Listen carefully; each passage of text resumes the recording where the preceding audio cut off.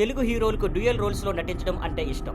మొదటి నుంచి చాలా మంది హీరోలు ఇలా ట్రై చేస్తూ వచ్చారు. ఇప్పుడు స్టార్ హీరోలు డ్యూయల్ రోల్స్ లో నటిస్తున్న అప్కమింగ్ సినిమాలు ఏమిటో చూద్దాం. అఖండ 2 మొదటి భాగంలోలా నందమూరి బాలకృష్ణ అఖండ 2 లో కూడా డ్యూయల్ రోల్ లో కనిపించబోతున్నారు. బోయపాటి శ్రీను దర్శకత్వంలో రూపొందుతున్న ఈ సినిమా సెప్టెంబర్ 25న గ్రాండ్ గా రిలీజ్ అవుతుంది. ది రాజాసాబ్, బాహుబలి సిరీస్, కల్కి తర్వాత ప్రభాస్ మళ్లీ డ్యూయల్ రోల్ లో నటిస్తున్న సినిమా ఇది. మారుతి దర్శకత్వంలో తెరకెక్కుతున్న ది రాజాసాబులో ఆయన తాత మరియు మనవడుగా 2 పాత్రల్లో నటిస్తారని సమాచారం. అల్లు అర్జున్ అట్లీ ప్రాజెక్ట్. ఈ బిగ్ ప్రాజెక్ట్ లో అల్లు అర్జున్ త్రిపత్రాభినయం చేయనున్నట్లు వినిపిస్తోంది. ఇది అల్లు అర్జున్ త్రిపత్రాభినయం చేయనున్న మొదటి సినిమా అవుతుంది. దీపికా పదుకునే, రష్మిక, మృణాల్ ఠాకూర్ హీరోయిన్లుగా నటిస్తున్నారు. మరో హీరోయిన్ ను కూడా కుదిర్చే అవకాశం ఉందని టాక్. సన్ పిక్చర్స్ ఈ భారీ చిత్రాన్ని నిర్మిస్తోంది. Sardar 2 spy thriller. సర్దార్ లో కార్తీ డ్యూయల్ రోల్ లో చేసిన విషయం తెలిసిందే. ఇప్పుడు దానికి సీక్వెల్ గా వస్తున్న సర్దార్ 2 లో కూడా అదే పాత్రలో మళ్లీ నటించబోతున్నారు. ఈ చిత్రం 2025 దీపావళికి రిలీజ్ కానుంది. విజయ్ దేవరకొండ, రాహుల్ సంకృతియన్ మూవీ. విజయ్ దేవరకొండ, రాహుల్ సంకృతియన్ దర్శకత్వంలో పీరియడ్ యాక్షన్ డ్రామా చేస్తున్నారు. ప్రస్తుతం ప్రీ ప్రొడక్షన్ దశలో ఉంది.